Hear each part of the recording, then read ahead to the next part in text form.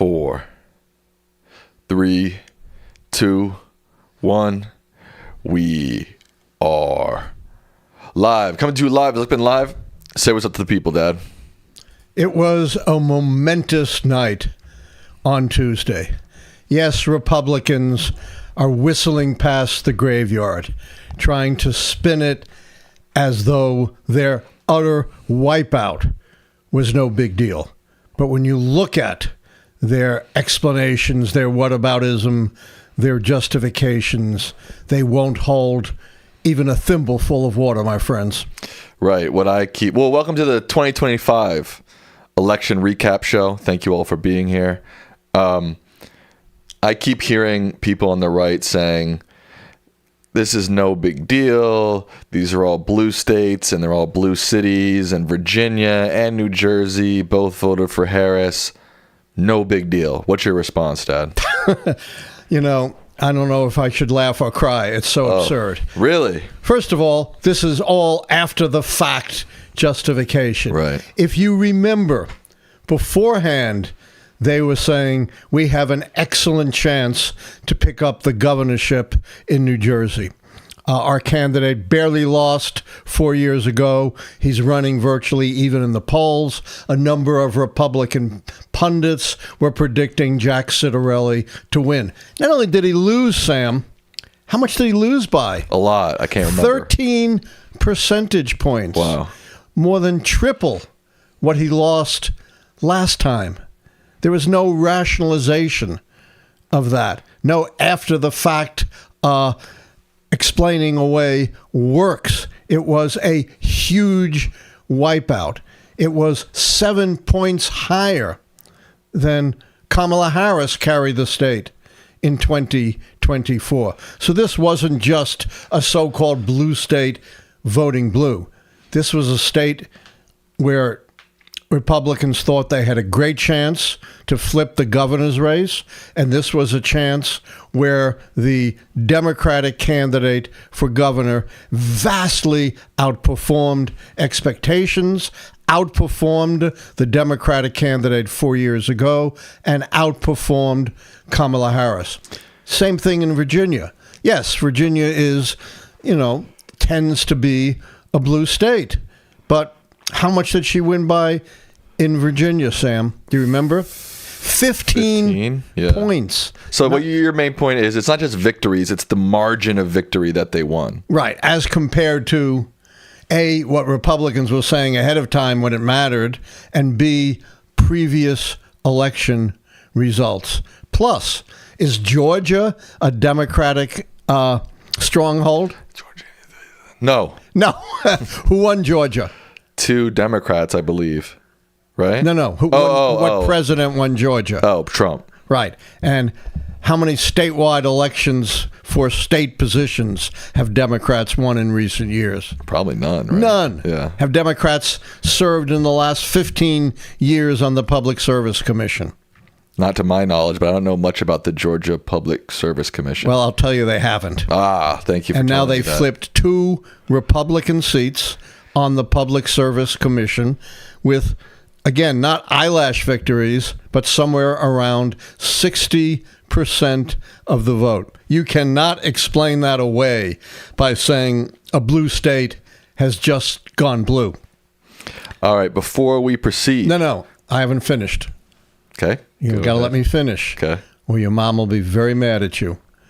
We have to get in our ad in within the first 5 minutes, so I'm sorry. Go for it. Sorry, Mom, we have to do it. I'll finish afterwards. We have a quick ad from our sponsor today, Aura. Thank you to Aura. You'll hear from them now. Let me tell you something that should alarm all of us. I recently Googled my name and email address. What came up? Dozens of data broker sites claiming to sell my personal information, phone number, address history, even the names of my relatives. This is a multi-billion-dollar industry you never signed up for. Data brokers harvest your information without consent, then sell it to marketers, scammers, and yes, even political operatives. And while they're legally obligated to remove it if you ask, they make the process so confusing and tedious that most people just give up. That's why I use Aura. Aura identifies which broker sites are selling your info, automatically requests removal on your behalf, and follows up to make sure your data stays gone. But Aura goes far beyond that. It's real, all-in-one digital protection. You get alerts if your personal data is found on the dark web. Real-time fraud monitoring for your credit and banking accounts. A secure VPN, antivirus, password manager, and more. And if something goes wrong, you're backed by $5 million in identity theft insurance with U.S.-based fraud support available 24/7. And here's the most important part. Aura offers more features than any other service at its price. So while companies like TransUnion lose control of your data, Aura helps you take it back. Try Aura free for 14 days. Aura.com/Alan Lichtman. That's enough time for Aura to start scrubbing your personal info off these broker sites without you lifting a finger. I'm not leaving myself vulnerable, and you shouldn't either. Thank you to Aura. All right, Dad, sorry for interrupting you. Would you like to continue? I have a big reveal. Oh, what? You know, we kind of missed the boat on election night because we mistakenly thought the Public Service Commission elections were in districts, not statewide, and therefore not necessarily indicative of where the whole state was going. Now we know they are statewide. They totally give the lie to the Republican idea, oh, it was only blue areas going blue. This was the first time in over 15 years that a Democrat's been elected to the Public Service Commission, and breaking a long string as well of all state officials being statewide elected Republicans. Do you know why we should care about Public Service Commission, Sam? Tell me. Because they deal with something that's absolutely critical: how we produce, pay for, and transmit energy. That is one of the central issues of our time, tied so deeply to climate change, tied to affordability, and also tied to efforts by big corporations to construct huge destructive power lines through our communities, wiping out family farms, pristine acreage, cutting in to our food supply. It's a big issue. It's a big issue in my home state of Maryland, where there is, before our Public Service Commission, one of these plans for these major power line constructions. And in our state, Public Service Commission is appointed, not elected. You can't lobby before it. But our governor, right, Wes Moore, has said he stands with the people. Well, so far we haven't seen much of that. He really needs to come out and strongly stand with the people. This is an obscure but critically important issue, how we are dealing with infrastructure and its effect on farming, housing, and the environment. I want to give a quick shout out to Greg. Not Greg. God damn. You always get that wrong. Holy moly. George Politis, right, for a $80 donation. They say, hello, Professor Lichtman and Sam. Hello, George, not Greg. George, right. God, do you remember when we did that? We did a show with Mr. Beat, and I kept calling him Mr. Beast. I have some issue with names where, like, if I already know someone's name who's, like, close to the new person's name, I call them sorry about that. George. George. George. Thank you, George. Yeah,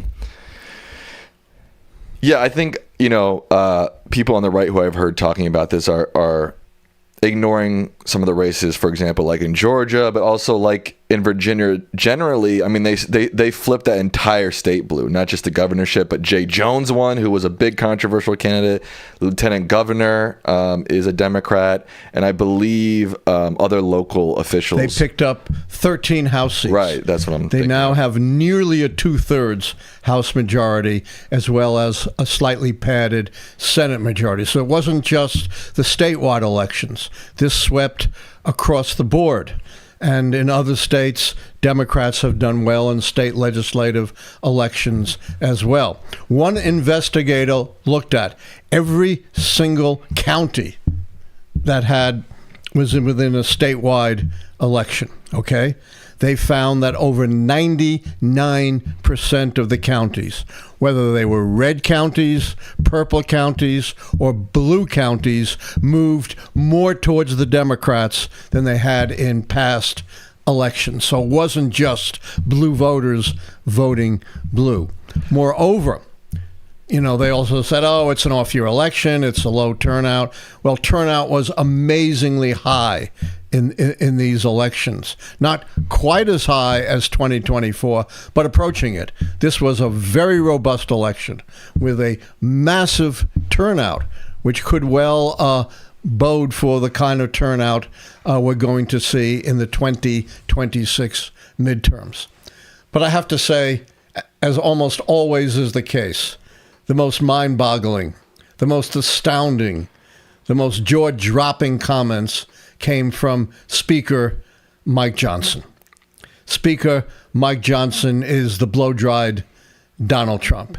He says as many outrageous, misleading things as Donald Trump, but he has this air of sanctimony, of reasonableness, of a moral guy who follows the Bible. It's all phony. It's all sanctimonious. Unlike Trump, who's right out there and brazen. But what was astounding, what he said was, all of you ordinary Americans, and I'm closely paraphrasing, you can find a home in the Republican Party because we are working day and night delivering benefits to ordinary Americans.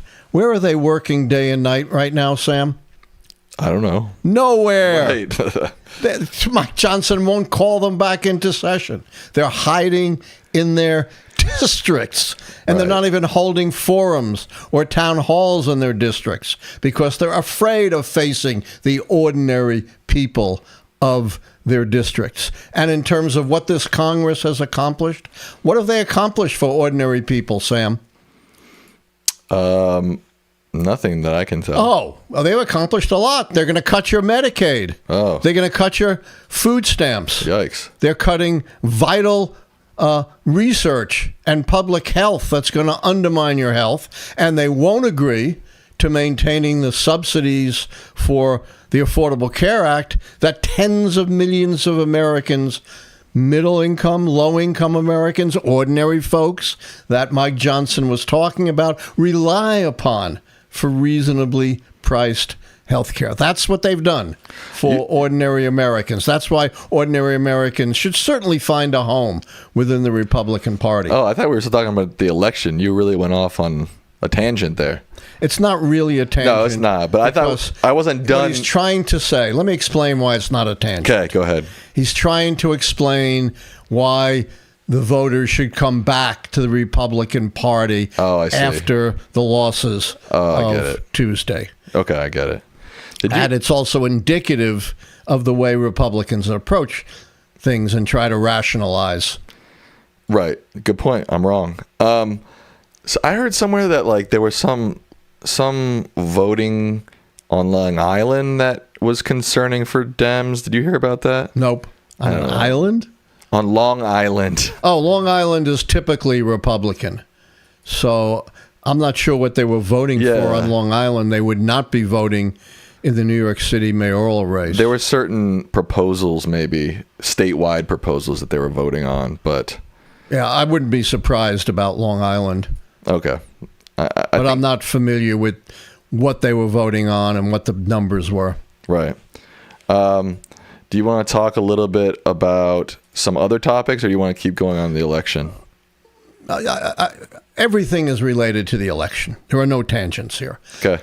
Republicans think they're going to exploit Mamdani, right? Right. By smearing him, calling him a communist, a jihadist, someone who's going to, cut all the funds to the police. It's all lies. Right. Not even close to being a communist. He's not a jihadist. He's not going to, defund the police. But they're trying with these lies to associate all Democrats with these lies about exaggerations about the so-called dangers of Mamdani. Now, the Democrats, unfortunately, are not showing a spine on this. Some are, but some are falling right into this trap. And a lot of commentators are falling right into this trap and saying, oh, my God, Mamdani's victory in New York forces the Democrats to choose between the moderate and the far left. Is that true, Sam? No. Absolutely not. The Democratic Party is not the Communist Party of Soviet Russia. There's no party line that everybody has to adhere to. There is no commissars in the Democratic Party to enforce that. Democratic Party, its strength has always been in its diversity.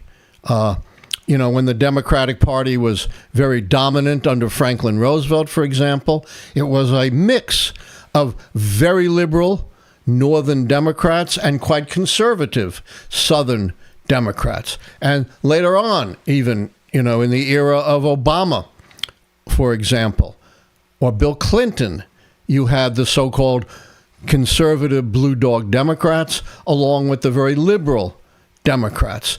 The diversity of the party is its great strength. There is no party line.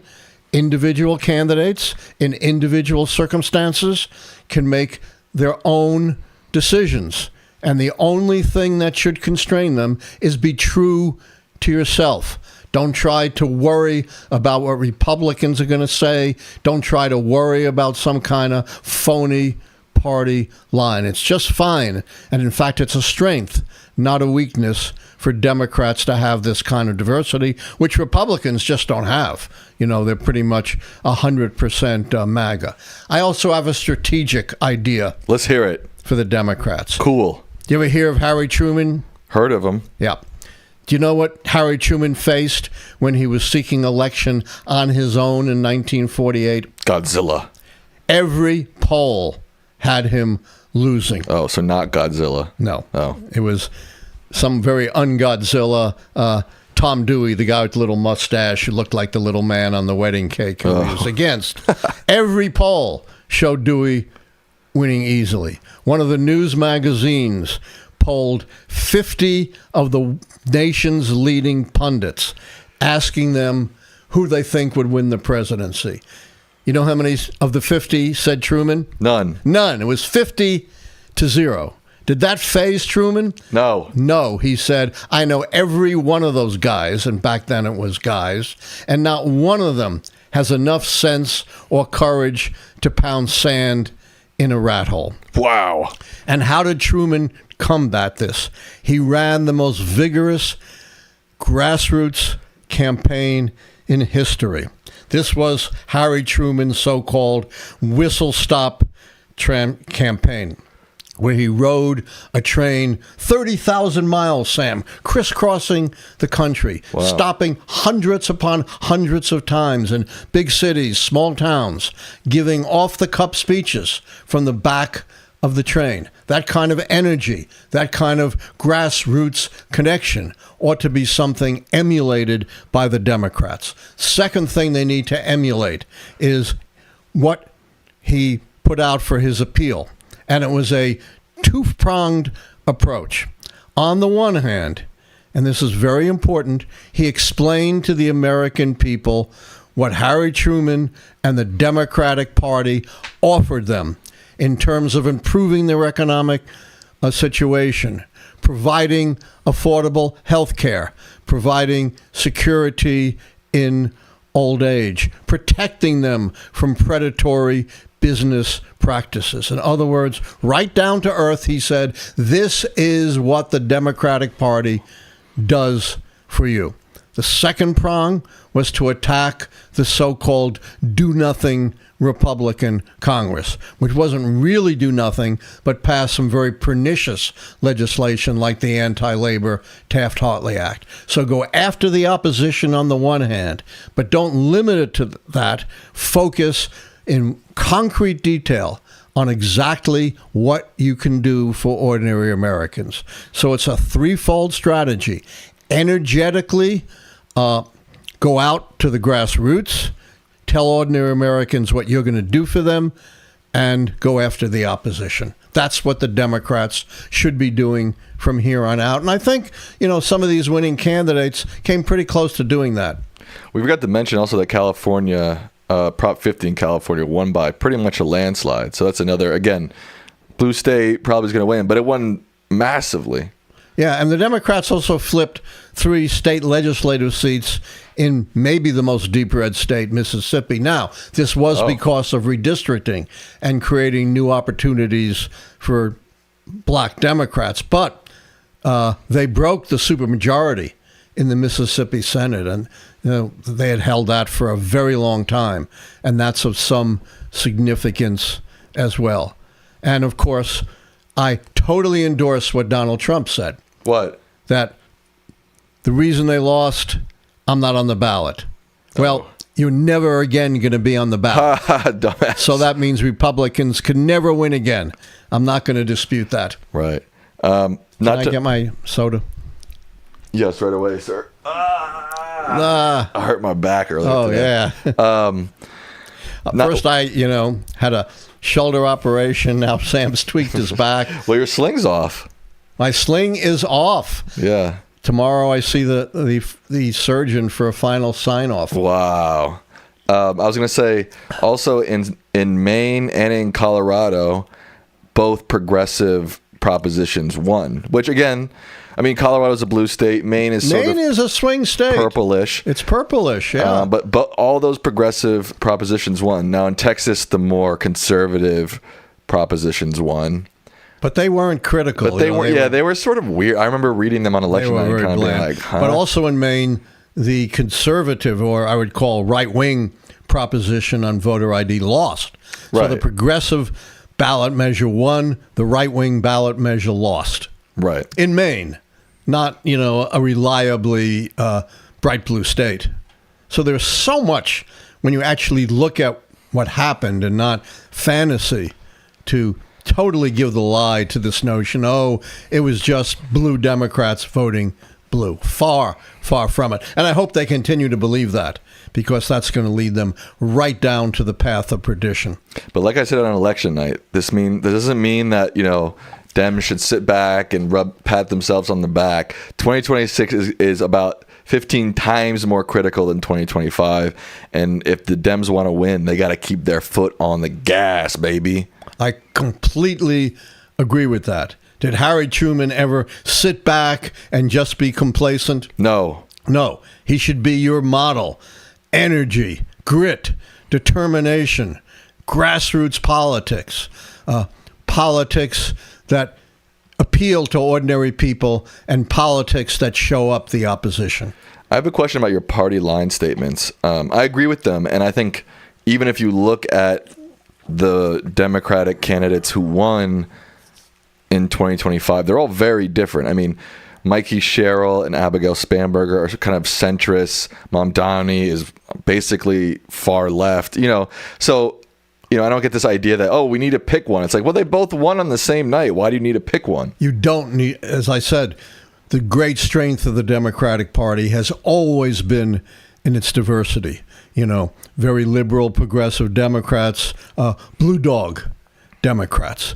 And, speaking of that, I can't let this program end without saying a word about Nancy Pelosi. Go for it. Who is now retiring after nearly 40 years in the House, the first woman Speaker of the House in the history of the country, and according to many analysts, certainly one of maybe the most successful, consequential speakers. Let's not forget what she presided over, the Affordable Care Act, the Obama stimulus bill that saved the economy, the Dodd-Frank reform and consumer protection bill.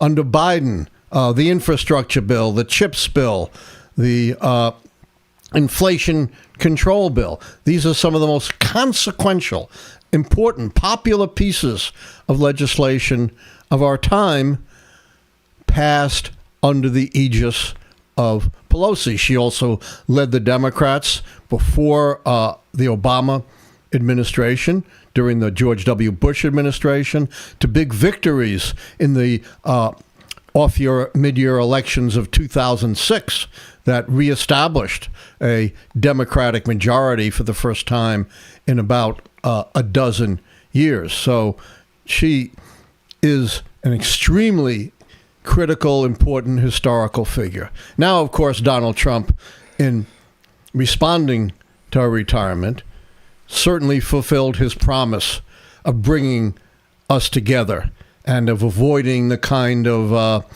incendiary rhetoric which he claims promotes violence. You know what he said about her? Tell me. Oh, he had these really kind, unifying words. She is evil. Evil. He said that? He said that. She is corrupt. She's done horrible things for the country. Evil? She gets a lot of hate from both the right and the left. It's interesting. I think if you talk to young men my age, men who are kind of either centrist or right wing or far left, except for maybe just like kind of blue dog Democrats. I don't know if blue dog Democrats is the right term, but kind of solid blue Dems. I don't know. The sense I get from a lot of like the group chats I'm in and people I talk to is they don't really like her, but I guess I'm not really sure why. Probably because she steers her way between left and right. And, when you do that, you don't necessarily satisfy everybody. Maybe. But she was a leader of immense consequence in a very positive way. This notion that she's evil, my God, that's just astonishing coming from the President of the United States. I want to say one final thing, and then we'll get on to questions. Does that sound okay? Sure. I talked about how the right is creating this fabricated, phony monster of Mamdani, claiming the Democrats have a big problem. I've explained why they don't. But Republicans do have a big problem with an extremist. You know who I'm talking about? You can guess. I asked you about him before. Nick Fuentes. Nick Fuentes. One of the most notorious, racist, misogynist, anti-Semites in the country. Trump invited him very prominently to dinner at Mar-a-Lago along with the anti-Semite then Kanye West.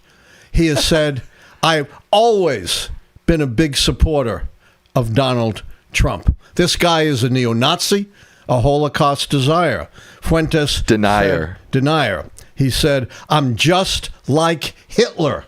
Can you imagine that's your role model? No, this guy has said so many horrific things. I mean, it's not even... Yeah. Yeah. He's denied the Holocaust, said, oh no, there were no 6 million Jews killed. Maybe 200 to 300,000 were killed during the Holocaust. Totally downplaying. Fuentes talked about killing a state legislator who he didn't like. What can I do? And what can I do to a state legislature besides kill them? But what else can you do, right? He's against the right of women to vote. He believes that this should be a white Christian country, and Jews are just going to have to adapt themselves to that because it's not a Judeo-Christian country. It is just a Christian country. He has praised Jim Crow. Imagine that. The notorious, virtually apartheid system of systematic discrimination in the South in the late 19th through the 20th century. He said segregation was better for everyone. They had to drink out of a different water fountain. Big fucking deal. Uh-oh. Oh, no, they had to go to different schools. Who cares? Get grow up. Drink out of the same fucking water bottle. Stop cussing. We're I know. That's what he said. Just say effing. Yes. We don't want to get Who demonetized. cares? We all agree. It's better for them. It's better for us. It's better for all of us in America.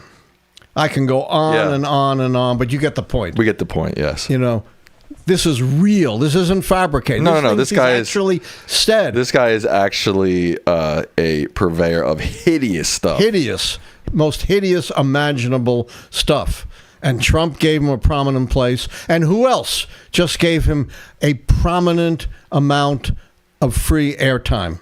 Tucker Carlson in a total softball interview, which didn't challenge any of his horrific prejudices and bigotry. And the head of the Heritage Foundation, the leading conservative think tank in America, whitewashed the Tucker Carlson interview. And increasingly, not just Nick Fuentes, but all kinds of anti-Semitic, pro-Nazi, pro-Klan groups are lining up behind Trump and the Republican Party. This is a real danger to them, far outweighing, the fabrications about Mamdani. They really have to come to a reckoning with their supporters who are horrifically neo-Nazi, misogynist, racist, and anti-Semitic. I'll tell you what, here's my prediction. They're not going to. I don't think Trump has any plan to try to curve any of the xenophobic racist. I don't think he has any plan to curb any of that. Well, then they're going to have to live with it and deal with it, and it's not going to help them in elections. Good. Yeah, it's just horrible. Not good that they're letting it happen, right. But look, you reap what you sow, and if they're gonna, let their party crawl into those dark, horrific places, they deserve to lose. And it's not just new. The neo-Nazis, the neo-Klan groups, the anti-Semitic, the white nationalist groups, they've been cheering Trump for 10 years. Right. It's not like, we suddenly discovered a link between Trump and his cronies and these horrific bigots. Yeah.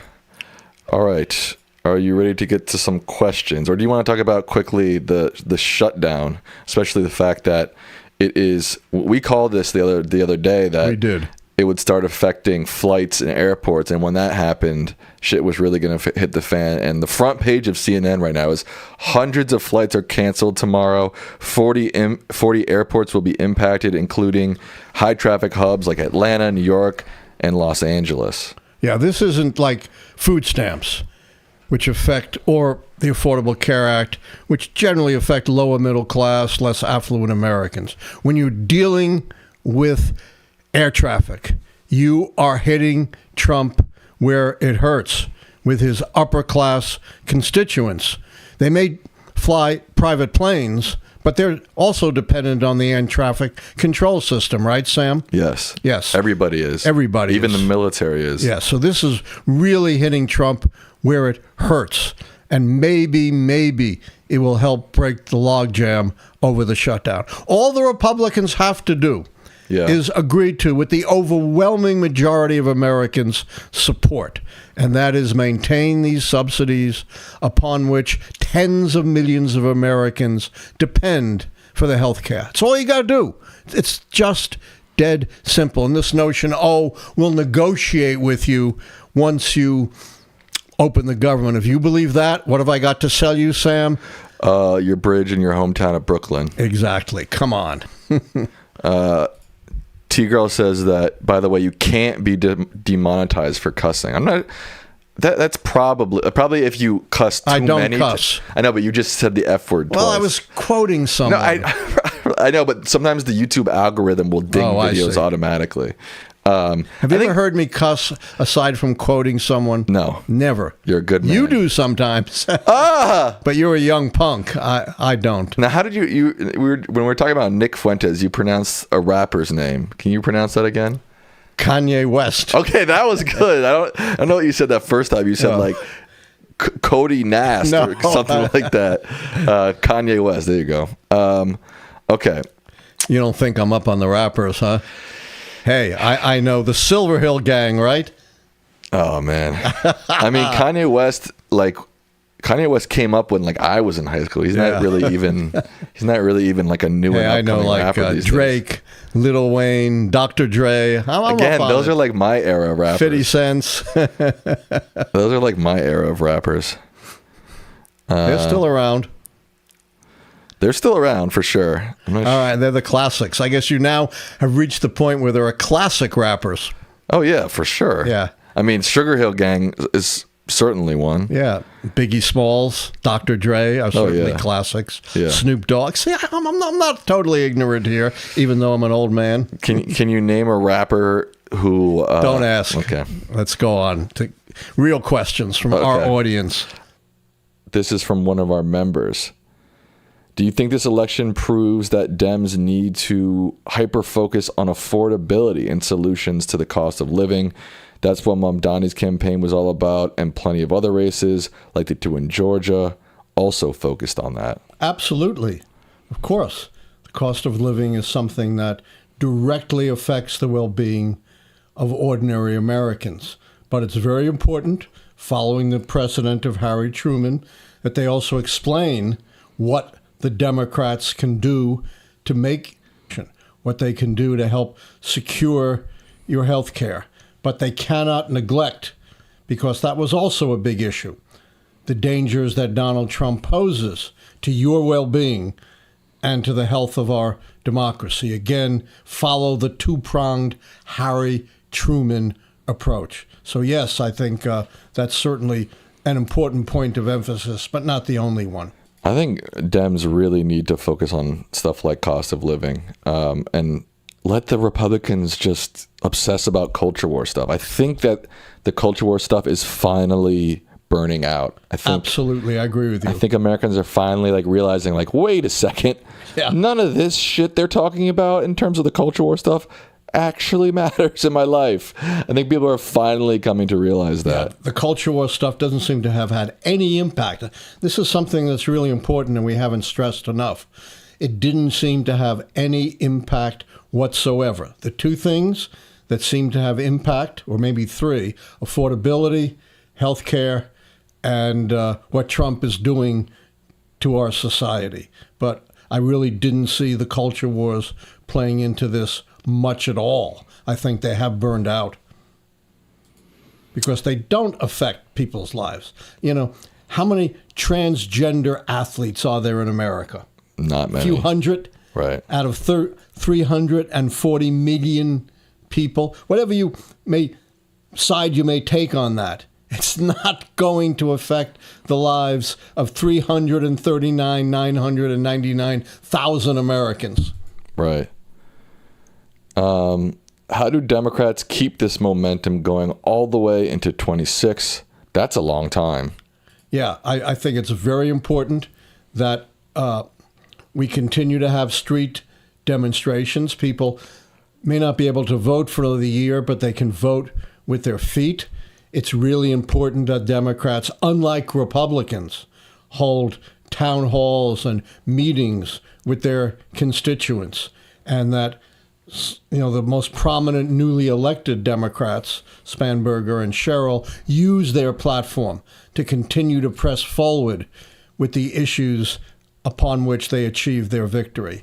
As Sam said, keep your feet on the gas. This is a $10 donation from Philip H. They say Trump is one of our great buddies. Yes, they say Trump is unwilling to negotiate with Dems over ACA subsidies.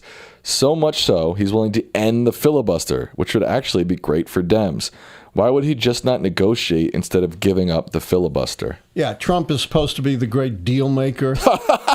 Remember what did he tell us? 90 deals in 90 days. I think he got 2. And, you know, most of the deals that he made as a businessman crashed and burned. You know, supposed luxurious Trump towers in places like Fort Lauderdale and Tampa wound up, and others in holes in the ground. How many times did he declare bankruptcy? 5 times. He's the worst negotiator we've ever seen. What has he gotten in his negotiations with Putin, Sam? Nothing. 0. Just been played by Putin. So Yeah, I'm not surprised. Plus, at this point, he didn't care. I don't care what's happening, to these poor people who are probably voting Democratic anyway, although that's not true, in their food stamps. But maybe he'll start to care because of what's going on with the airlines. I'm not convinced. But to this point, he sees no reason why he should negotiate, why he should give an inch to Democrats. Yeah, but why is his target now the filibuster? Because that way he can open the government without giving the Democrats a thing. And he doesn't care about the long-term institutional basis of the Senate. He couldn't care less about that. I agree with that. He doesn't care about the long-term institution of the Senate. But he might care about what happens to him in those last 2 years if he ends the filibuster, right? Like, he doesn't. Okay. He doesn't believe the Democrats, and he may be right about that, have a good shot about taking the Senate.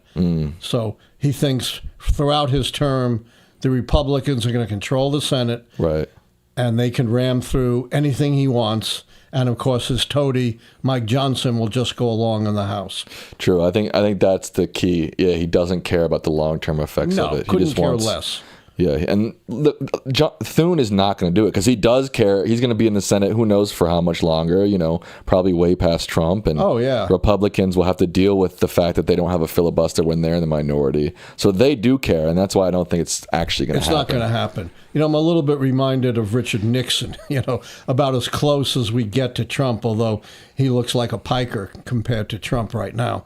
But going ahead to the 72 elections, to his re-election, he did something amazing to stem inflation.